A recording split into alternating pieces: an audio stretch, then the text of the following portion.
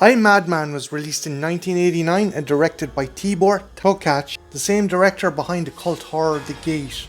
It's an interesting little movie that's a combination of slasher, film noir, and creature feature.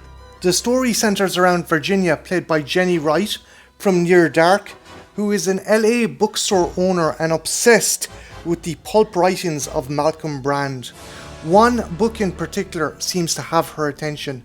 Virginia seems to be totally engrossed in Brand's last novel, I, Madman. So much so her boyfriend, who's a detective, begins to worry about her. It's not long after this that Virginia seems to be seeing the villain from the novel outside the pages of the book, and seems to be stalking her and her friends.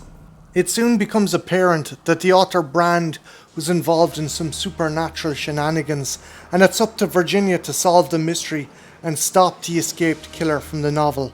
Not only has she to deal with Dr. Kessler, the madman in question, but also a malevolent demon who's escaped the book. The movie is fairly well acted and surprisingly gory for the subject matter, but where it really falls down is its pacing. It does seem to drag in parts, but that said, it is a really interesting watch, combining elements of film noir, slasher flicks, and monster movies. Again, the acting is fairly solid, with Jenny Wright giving a performance of a very likeable heroine who you really have a lot of sympathy for, as while all these murders are going on, no one believes her that the killer has literally leaped from the pages of her pulp novel.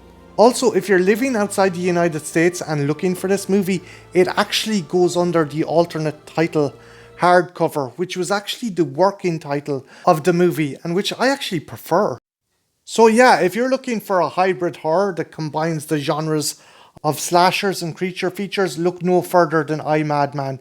It is an absolutely bananas movie, but in a good way.